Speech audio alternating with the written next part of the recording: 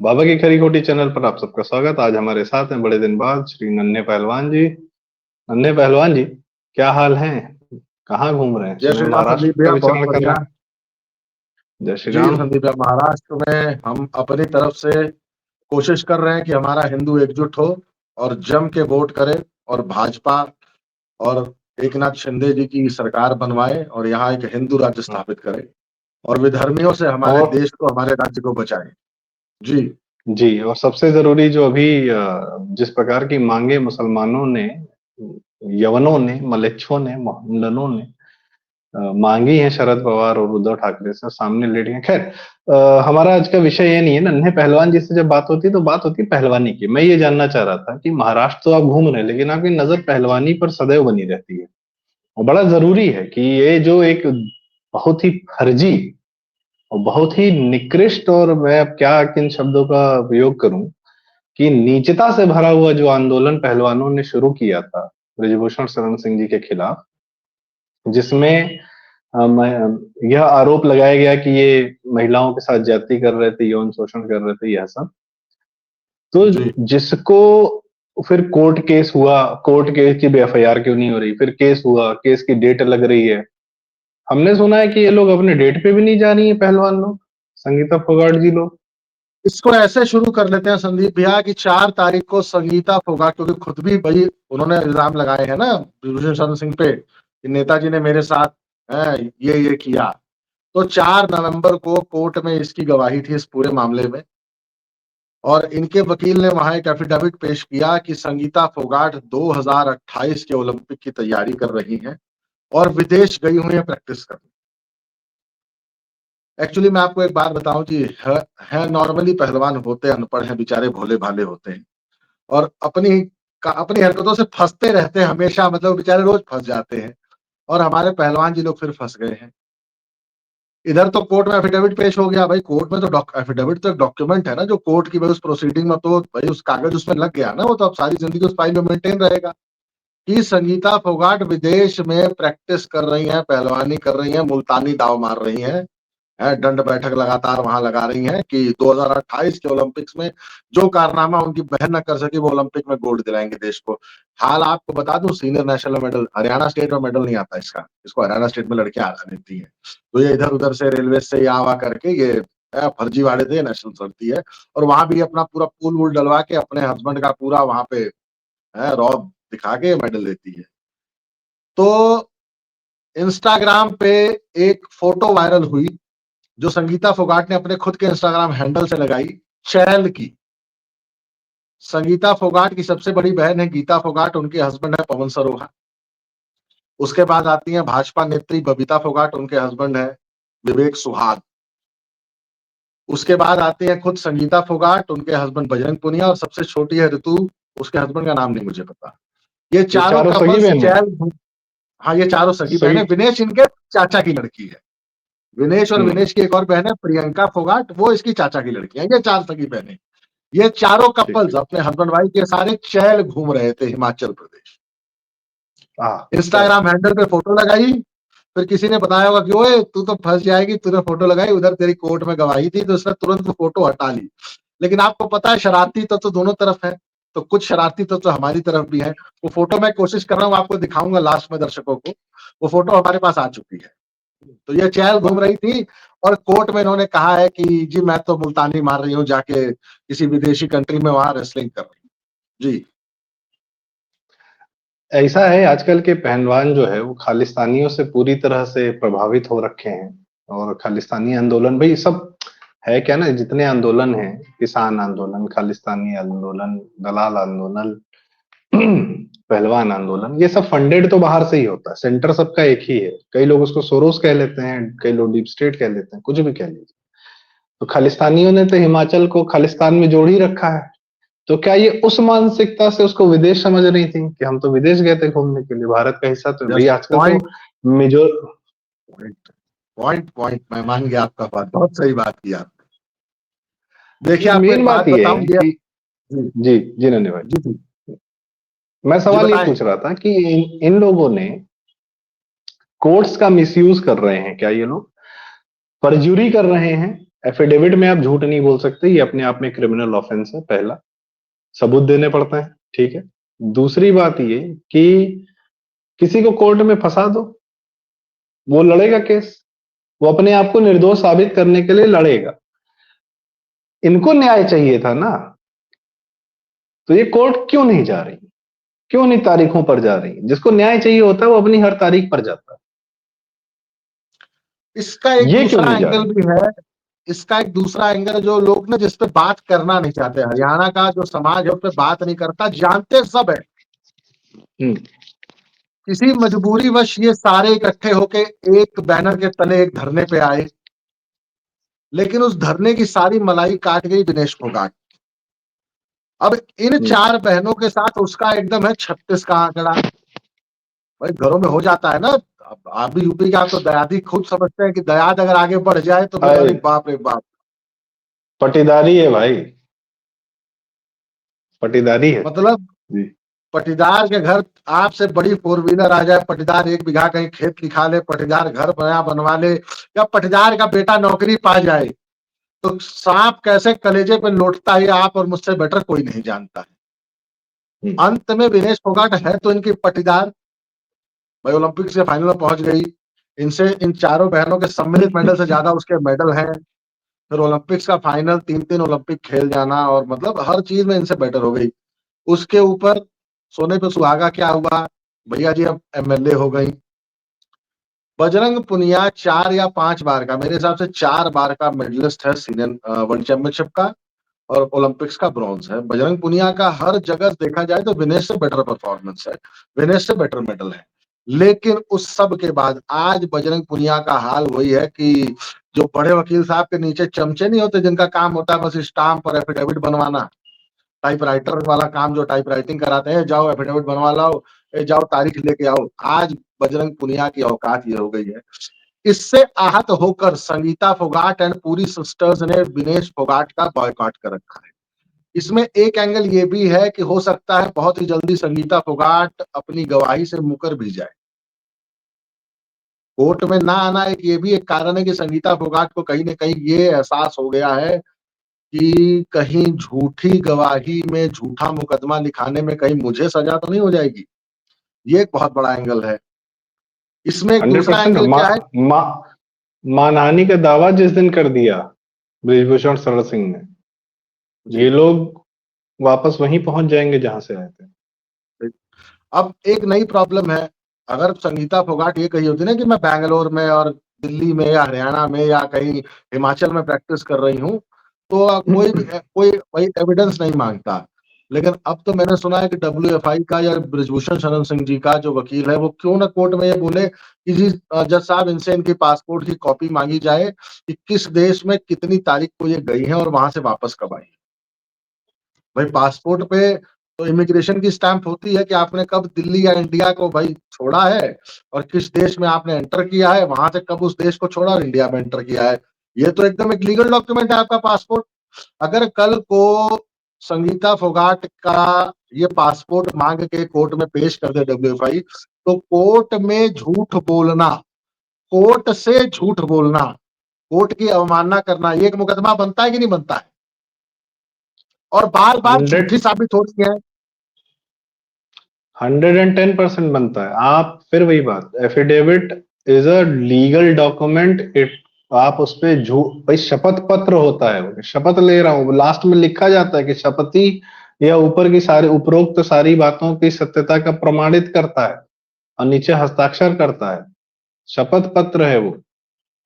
आप शपथ ले रहे हैं, आप हल्की फुल्की बात नहीं कर रहे हैं, आप टाइम पास नहीं कर रहे हैं, यूट्यूब पे हम और आपके जैसे बात नहीं कर रहे। लीगल डॉक्यूमेंट एक लिख के दे रहे प्रॉब्लम भाई कहीं पे। प्रॉब्लम है ना कि लीगल डॉक्यूमेंट और कोर्ट में आपने खुद पेश किया है। आपका वकील खुद पेश कर रहा है कि मेरी मुवक्किल, और जी ओलंपिक में गोल्ड लेना उसका टारगेट है 2028 में, तो वो तो जी विदेश में प्रैक्टिस कर रही है। तो भैया भाई डॉक्यूमेंट पेश नन्हे कर दो विदेश जाने का।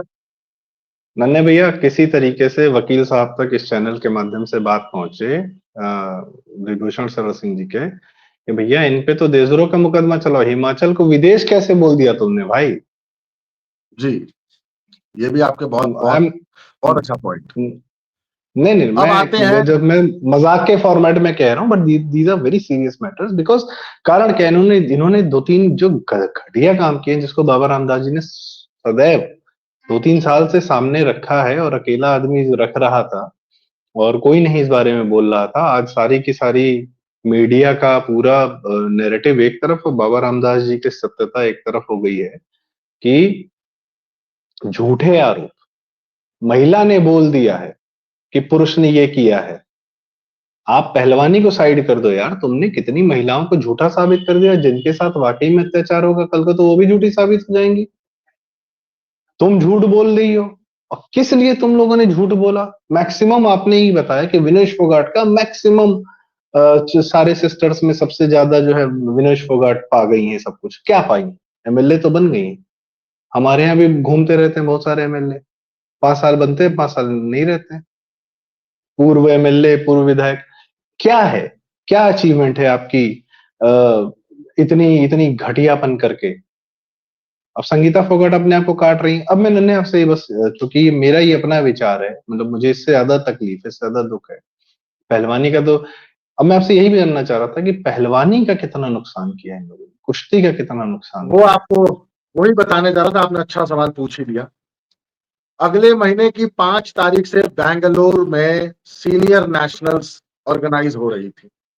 तो होता क्या है कि संदीप भैया, अगर 5 तारीख को सीनियर नेशनल है ना, तो जो विनेश के साथ जो कांड हुआ था ना, कि विनेश का वजन नहीं आया दूसरे दिन, क्योंकि विनेश ने अपने आप को ओवर डिहाइड्रेट कर लिया, ओवर वेट घटाया है। अब है क्या कि 1 से 1.5 महीना पहले सभी फेडरेशंस को, सभी को बता दिया जाता है कि जी अगले महीने की इस तारीख को, आज से 30 दिन, 35 दिन, 40 दिन बाद सीनियर नेशनल या नेशनल ऑर्गेनाइज हो रही है इस जगह पे। तो जितने भी रेसलर्स हैं जो पिछले 1 साल से लगातार, एक बच्चा लगातार लगा हुआ है, अब उसको क्या है कि उसको वेट कट करना है। भाई अगर किसी का वजन आज 95 किलो है, उसको 92 में लड़ना है, उसको अगले 1 महीने में वो 3, 4, 5 किलो, 7 किलो, 8 किलो, 10 किलो वजन। आप मानेंगे नहीं इस बात को, इंडिया में छोटे वजनों में आम पहलवान 1 महीने में 10-10 किलो वजन घटाता है। आखिरी रात में 3 किलो, 4 किलो, 3-3 किलो वजन। आखिरी हफ्ते में 5 किलो, 6 किलो वजन आखिरी 1 हफ्ते में। लास्ट नाइट को 2-3 किलो वजन नॉर्मल एकदम है घटाना। तो ऐसे में क्या होता है, प्लेयर को पहले ही 1 महीना पहले फेडरेशन, स्टेट फेडरेशंस को बता दिया जाता है कि आज से 1 महीने बाद नेशनल्स है, आप सभी प्लेयरों को सूचित कर दें। तो ये खबर धीरे-धीरे सबको पता चल जाती है कि आज से 1 महीने 40 दिन बाद नेशनल है। तो छोटे वजन वाले अपना वेट कट शुरू कर देते हैं, कार्ब्स कंट्रोल कर लेंगे, हाई प्रोटीन डाइट पे हो जाएँगे, स्पीड वर्क शुरू कर देंगे, एक्सप्लोसिव स्ट्रेंथ शुरू कर देंगे, पूरा शेड्यूल चेंज हो जाता है ना। कॉम्पिटिशन लाइक ट्रेनिंग, उसे सीएलटी कहा जाता है, 45 डेज का एक सेशन होता है, सीएलटी कॉम्पिटिशन लाइक ट्रेनिंग, कि भाई आज से पूरे 35-40 दिन बाद कॉम्पिटिशन है, तो स्पीड वर्क बढ़ा दो, हैं, एक्सप्लोसिव स्ट्रेंथ बढ़ा दो, वेट कट शुरू करो, कार्ब्स कंट्रोल करो, हाई प्रोटीन डाइट करो, हैं। और फिर इंजरी से बचना है। पर ये सारा ना एक एक पूरा एक वो 40 दिन का, 45 दिन का एक कॉम्पिटिशन पूरा एकदम, मतलब सारा माहौल एकदम एक्सेलरेट हो जाता है। जो गाड़ी 30 की स्पीड पे चल रही होती है, वो एकाएक 120 की स्पीड पे हो जाती है, एकदम एक्सप्रेस वे आ जाता है। अब क्या किया है Satyavrat Sakshi Malik, only Olympic medallist, women Olympic medallist of India, के हस्बैंड ने फिर कोर्ट में एक पिटीशन दे दी है कि क्योंकि स्पोर्ट्स मिनिस्ट्री ने रेसलिंग फेडरेशन ऑफ इंडिया को सस्पेंड कर रखा है, तो ये सीनियर नेशनल्स कैसे करा रहे हैं। यही टुच्ची हरकत अभी 15-20 दिन पहले भी सत्यव्रत ने की थी, जब वर्ल्ड चैंपियनशिप में नॉन ओलंपिक वेट कैटेगरी के 12 प्लेयर हमारे अल्बानिया जा रहे थे। तिराना में वर्ल्ड चैंपियनशिप हुई थी। फिर वो प्लेयर्स गए और मनसुख मंडाविया जी के घर के बाहर बैठे। फिर मंडाविया जी ने फेडरेशन को बुलाया, बात की और बोला कि ठीक है आप टीम भेजिए, मैं देख लूंगा कोर्ट में। है ये सब हुआ और उसके बाद वो टीम गई। और आपको जानकर बहुत खुशी होगी कि एक लड़की हमारी थी, उसका वेट मेडल आया ब्रॉन्ज। इंडिया के 12 बच्चों में से एक बच्चे का मेडल आया। आप एक बात सोच के देखिए ना, कि मान लीजिए आप कोई बिजनेस करते हैं, कोई काम करते हैं, सारा साल आप किसी एक काम के लिए आपने मेहनत की हो, और लास्ट में किसी चीज की वजह से अड़ंगा लग जाए और आपको पता है कि अब तो 1 साल बाद मौका मिलेगा, तो वो आदमी, वो व्यक्ति, वो बच्चा कितना हताश और निराश होता होगा। उस वक्त उसकी मानसिक उसके जो मानसिक अवस्था है, उसको आप सोच सकते हैं। मैं आपको बताऊं क्या होती है, एक्सट्रीम डिप्रेशन, सुसाइडल, ये हाल होता है बच्चे का उस वक्त। एक आदमी पिछले 8 साल, 9 साल, 10 साल से लगातार एक ही चीज की तैयारी कर रहा है, और एकाएक एक आदमी कोर्ट में जाके पिटीशन दायर कर देता है कि नहीं जी नहीं, आप तो लाइसेंस करा ही नहीं सकते। इससे टुच्ची, इससे गंदी हरकत पहलवानी के लिए कोई हो सकती है, जो आजकल साक्षी मलिक के हस्बैंड सत्यव्रत कादियावान रोज कर रहे हैं? जी। ये असत्यव्रत कादियान जो है, ये खुद क्या करता है? What is he? बहुत ही रेप्यूटेड रेसलर हुआ है, कॉमन गेम्स का मेडलिस्ट है, 4, 5, 7 साल तक लगातार सीनियर नेशनल चैंपियन रहा है और बहुत अच्छा डेकोरेटेड रेसलर रहा है इंडिया का। अब रिटायर्ड है, सेमी रिटायर्ड। ये क्या नेपोटिज्म चल रहा है इनका कुश्ती में, कि हम ही करेंगे, हम ही लोग करेंगे और कोई नहीं करेगा? मैं ये कहता हूं कि ठीक है, तुम करा लो ना। रेसलिंग फेडरेशन ऑफ इंडिया तो ये ऑफर देती है कि भैया जिसका मन है वो सीनियर नेशनल करा लो, हम सब कुछ ऑर्गेनाइज कर देंगे, पैसे तुम खर्च लो। मैं एक आखिरी सवाल भारत। पूछूंगा नन्हे, बहुत डीप और बहुत जरूरी सवाल। जी। देखो, कोई कोई आदमी, यूं मैंने इसलिए पूछा है असत्यव्रत कादियान के बारे में और बाकी इन लोग के बारे में, नेपोटिज्म के बारे में। कोई आदमी यूं ही कोई काम नहीं करता है, और खासकर इतना बड़े पंगे वैसे ही नहीं लेता है। क्या इन लोगों को पूरी तरीके से यह डर है कि कुश्ती का वर्चस्व हरियाणा से निकल के पूरे देश में फैल जाएगा और इन लोग के हाथ में कुछ कभी नहीं रहेगा? ये लोग अपने हरियाणा के, या जो एक वर्ग है, एक समाज है जो इनका, उसी का वर्चस्व बनाए रखने की बेवजह की फालतू का दुराग्रह कर रहे हैं, जैसे हिटलर करता था। मतलब हिटलर जैसा नहीं, मतलब वो तो बड़े उसका जो माय थॉट प्रोसेस था कि हम ही प्योर रेस हैं और हम ही ऊपर रहने चाहिए। क्या ऐसी मानसिकता है इन लोग की क्या? क्योंकि मैं इतनी आपको एक घटिया बात हरकत बताता हूँ। बिना किसी लार्जर पर्पस के कोई आदमी नहीं करता। मैं आपको एक बात बताता हूँ। ब्रिजभूषण शरण हम्म। सिंह 2012 में अध्यक्ष हुए। उससे पहले 4 हम्म। साल 2008 में वो एक्टिव हो गए थे स्पोर्ट्स में, डब्ल्यूएफआई में, हम्म। कुश्ती में, और ट्रेजरर या हम्म। वाइस प्रेसिडेंट ऐसी पोस्टों पे रहे। मान हम्म। लीजिए हम 2008 से पहले की बात करते हैं। 2008 में कुश्ती के जो प्रेसिडेंट थे, एक मंडेर साहब पूर्व डीआईजी थे, वो थे। उससे पहले ये एक कब मलिक था? साहब हरियाणा के डीआईजी थे, वो थे। मंडेर। ये दीपेंद्र हुड्डा कब था? दीपेंद्र हुड्डा कभी अध्यक्ष नहीं था, वो एक बार अध्यक्ष ही लड़ा था 2012 में। वो हरियाणा स्टेट रेसलिंग एसोसिएशन का वो प्रेसिडेंट रहा है 12 साल। ओके, ठीक। अब सुनिए हाल इनका। भाई, ब्रिजभूषण शरण सिंह से पहले तो जितने भी प्रेसिडेंट होते थे, मुझे यहां तक याद है, वो ज्यादातर नॉर्थ इंडिया के ही थे और जट या जाट थे। बीच में शायद धारा सिंह नाम के कुछ दिनों के लिए थे, नहीं तो ज्यादातर मैं देख रहा हूँ पिछले 15, 20, 25 साल से लगातार मंडेर साहब और मलिक साहब की ही फेडरेशन है, और दोनों जट थे या जाट है। तब भैया क्या था, तब इनका वर्चस्व नहीं था। मैं बताऊं, कुश्ती में वर्चस्व की ये लड़ाई है ही नहीं। ये वर्चस्व की लड़ाई नहीं है, ये थेथरई है। लड़ाई दो बराबर के लोगों में होती है। मैं आपको फिर याद दिलाना चाहता हूं कि आप सपोज करिए, आप दीपेंद्र हुड्डा है, ये सन 2012 है, आपके पिता ऐसी गाली भूपेंद्र मत दो हुड्डा। यार। अरे अभी ऐसी गाली मत दो यार। मैं मान लिया, चलो ठीक। मैं आपको सिर्फ इमेजिन करने के लिए कह रहा हूं जी। कि मान लीजिए कि आपके फादर हरियाणा के सीएम हो। सन 2012 की ये बात है, और सेंटर में कांग्रेस की सरकार हो और मनमोहन सिंह नाम का एक व्यक्ति प्रधानमंत्री हो। उत्तर प्रदेश का एक व्यक्ति नाम ब्रिजभूषण शरण सिंह, वो हरियाणा और दिल्ली में आए, डब्ल्यूएफआई का इलेक्शन लड़े, और कांग्रेस की सरकार में कांग्रेस के मुख्यमंत्री के बेटे को शिकस्त और बुरी तरह हरा के डब्ल्यूएफआई को जीते। उस व्यक्ति का मुकाबला जब हरियाणा का प्रेजेंट मुख्यमंत्री और उसका बेटा नहीं कर पाया, पूरी मनमोहन सिंह की सरकार लग गई, वो नहीं कर पाई, उससे ये अदना से हमारे भोले भाले निहायत ही शरीफ पहलवान लड़ पाएंगे? नहीं, और अध्यक्ष बनने के बाद मुझे लगता है कुश्ती की हालत काफी बेहतर सुधारी। जितने नाम आपने लिए, मुझे लगता है उन्हीं के कार्यकाल में मेडल जीते हैं सबने। बेहतर बेहतर नहीं की है। आप पूछिएगा जरा, किसी भी, आप मेरे अलावा किसी पहलवान से पूछिएगा कि साल में कितनी बार तुम विदेश जाके ट्रेनिंग करते थे, और तुम कितनी बार ऐसे, तुम्हारे ऐसी फैसिलिटीज थी, ये सिस्टम था। नेताजी के आने के बाद कुश्ती में जो एक चीज सबसे ज्यादा सुधरी थी, वो था डिसिप्लिन। इतनी इनडिसिप्लिन्ड स्पोर्ट्स पूरे इंडिया में कोई हुई नहीं है। क्यों? क्योंकि 99.9% प्लेयर एक तो रूरल बैकग्राउंड से आता है, और एकदम हाँ हाँ मजे लेने वाला पहलवान शुरू से जॉली नेचर होता है। खूब मजे लो, ऐश करो, खाओ पियो, मस्त रहो, दूसरे से कोई मतलब नहीं। उसको लेकिन थोड़ा-सा नेताजी ने उस चीज़ को डिसिप्लिन में चेंज किया, थोड़ा-सा इनको डिसिप्लिन्ड किया था, थोड़ा टाइट उनका डंडा थोड़ा टाइट था। हिटलर शाही उनके अंदर नहीं थी, लेकिन डंडा उनका भाई राजा नहीं, राजा का दंड राज करता है ना, तो उनका राजदंड थोड़ा तगड़ा था। तो उससे एक और उसका फ़ायदा पता है क्या पर्पस हुआ? सही था, मेडल आने नहीं, शुरू उसका हुए फ़ायदा क्या उसमें। हुआ कि 2008 से लेके 2024 तक लगातार 5 ओलंपिक्स में कुश्ती एक ऐसी गेम है जो लगातार 5 ओलंपिक मेडल जीती रही है। बताइए।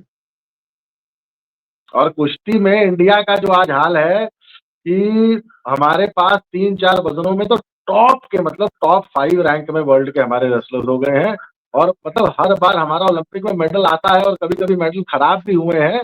तो मतलब हम एकदम नहीं होता है कि आप मतलब 20-21 के साढ़े 19-20 के फ़र्क से हार गए। तो कुश्ती का उदय और कुश्ती जिन ऊँचाइयों पे नेताजी के कार्यकाल में पहुँची है, वो आप इमेजिन नहीं कर सकते। अब प्रॉब्लम क्या थी असली? सत्यव्रत कादियान से कोई पूछे, आपने कहा ना कि हरियाणा का वर्चस्व, 99.9% सीनियर नेशनल के मेडल या नेशनल्स के मेडल हरियाणा या हरियाणा लॉबी के आते हैं, दिल्ली के आते हैं, पंजाब के आते हैं। थोड़े से मेडल 1-2 मेडल, 3 मेडल महाराष्ट्र को, यूपी को 1-2 मेडल। अगर सीनियर नेशनल्स में टोटल 30 वजन में कुश्तियां हो रही हैं और 120 मेडल बंटने हैं, तो 100 मेडल हरियाणा के आते हैं, हरियाणा या दिल्ली के आउटस्कर्ट्स या दिल्ली के रेसलर्स के। जो 90 उन 100 मेडल में से 99 मेडल जाट कम्युनिटी के होते हैं, एक आधा मेडल बाहर का होता है।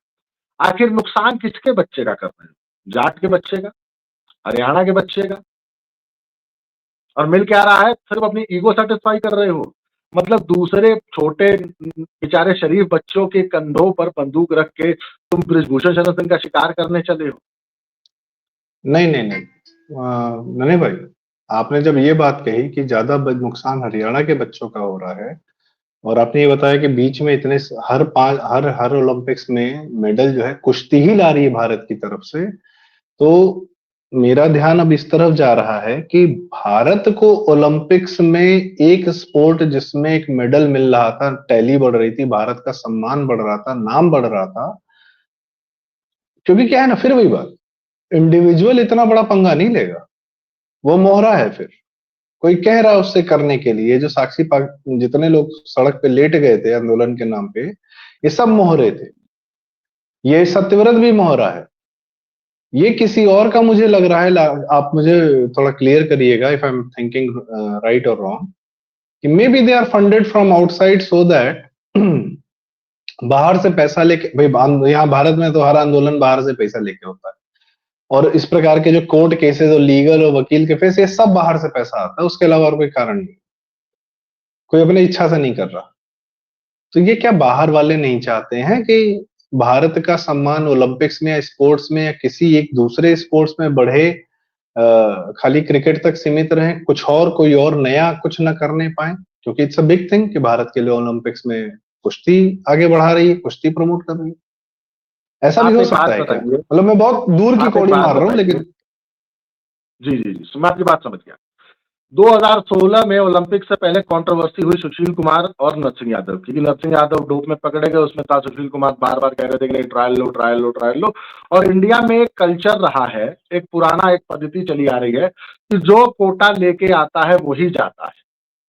पर ये चेंज होना चाहिए। बाहर के देशों में होता क्या है, मान लीजिए आप तो कोटा ले आए साल भर पहले, फिर आप हो गए चोटिल, लेकिन क्योंकि भैया कोटा संदीप सिंह लाए तो संदीप सिंह जाएंगे, संदीप सिंह अनफिट है, लेकिन संदीप सिंह गए और वहां मेडल नहीं आया, संदीप सिंह खाली आता है। तो सुशील कुमार की जो मांग थी वो जायज थी, लेकिन इंडिया में एक सिस्टम कल्चर चला आ रहा था कि भैया जो क्वालिफाई करके आता है ओलंपिक्स के लिए वही ओलंपिक जाता है। तो उसमें आप एक बात बताइए, अंत में पूरी कंट्रोवर्सी हुई, नरसिंह यादव डोप में फंसे और इंडिया का मेंस का किसी का मेडल नहीं आया। आप याद करिए 2008 में सुशील पहलवान का मेडल आया ब्रॉन्ज, 2012 में सुशील पहलवान का सिल्वर, योगेश्वर दत्त का ब्रॉन्ज, 16 में सोचिए भाई, पहले ओलंपिक में आपका ब्रॉन्ज आया तो दूसरी में एक ब्रॉन्ज एक सिल्वर आया, आप ग्रो कर रहे थे लगातार।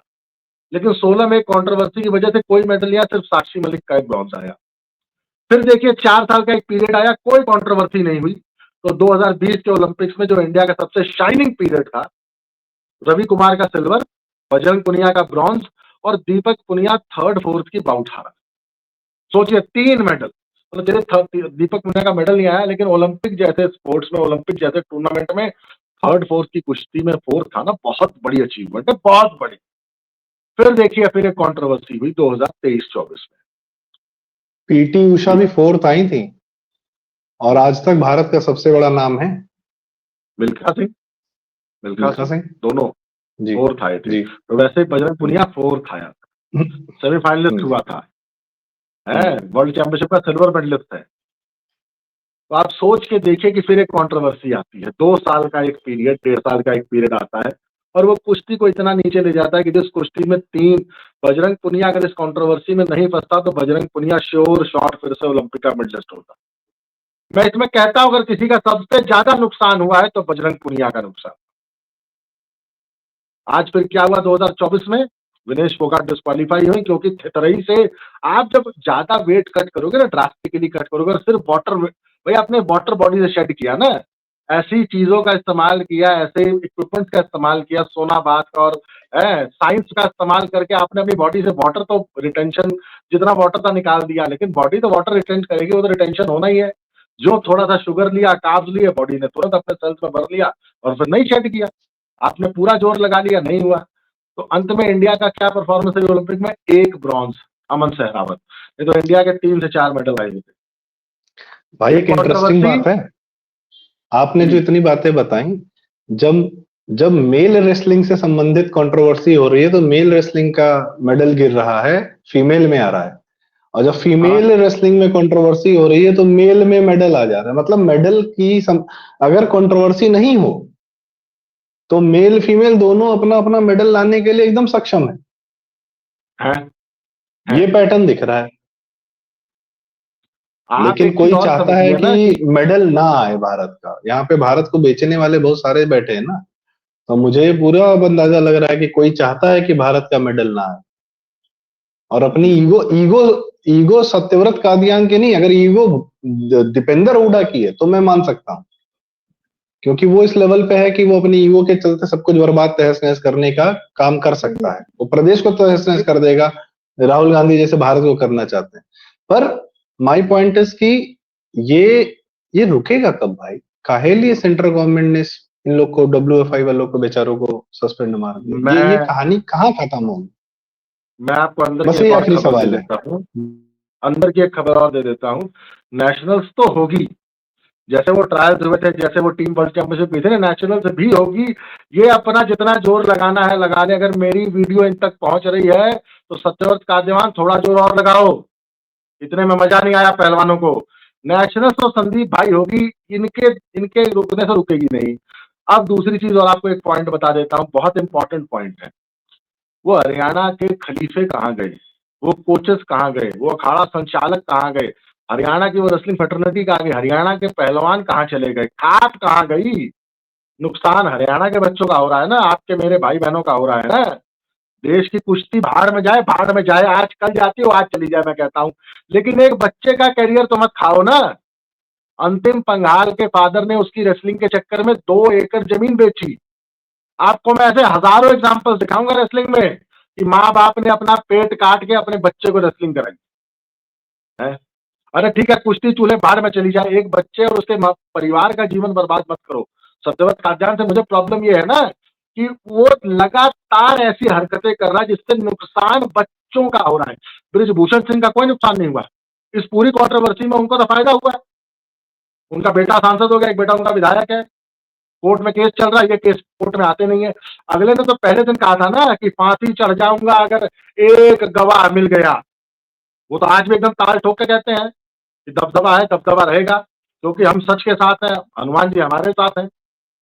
लेकिन बच्चों का नुकसान करके बजरंग पुनिया, विनेश फोगाट या सत्यव्रत कादियान और साक्षी मलिक को क्या मिल रहा है, मुझे बस ये पूछना है। मैं पूरी हरियाणा की रेसलिंग कम्युनिटी और हरियाणा के माँ बाप और गुरु खलीफाओं से पूछना चाहता हूं मेरी इस वीडियो के माध्यम से कि आप लोग क्या कर रहे हैं। आप लोग हाथ पे हाथ धर के क्यों बैठे हैं।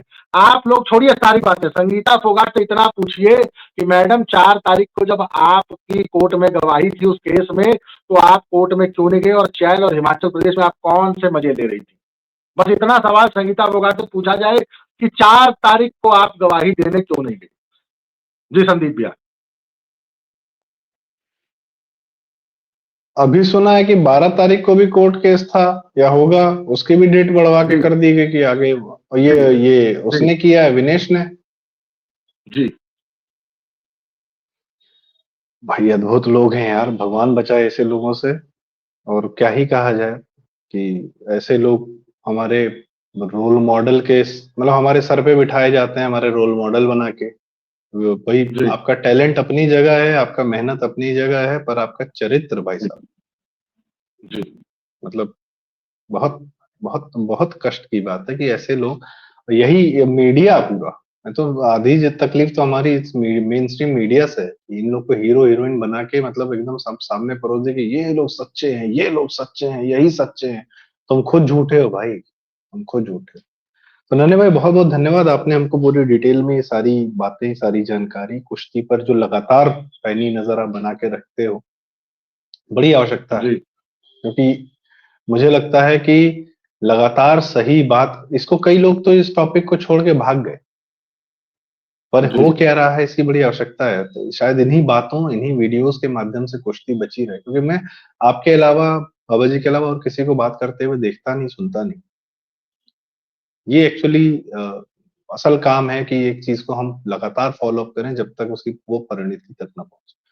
तो नन्हे भाई बहुत जी, बहुत धन्यवाद, आप बहुत जरूरी काम कर रहे हैं, बहुत जरूरी जानकारियां आपने दी हैं, बहुत जरूरी बातें की हैं। मेरे दर्शकों से रिक्वेस्ट है कि कृपया यह वीडियो को लाइक करें, शेयर करें। जिस भी फॉर्म में आप इसको दूर दूर तक ले जाना चाहें, प्लीज लेके जाएं। आपके माध्यम से बातें जनता तक जाना बहुत जरूरी है। चैनल जरूर सब्सक्राइब करें, और इसी के साथ बहुत धन्यवाद नन्हे पहलवान का। प्रणाम जय नन्हे श्री जी, राम, थैंक यू जय सो श्री मच। राम। जय श्री राम। जय श्री राम।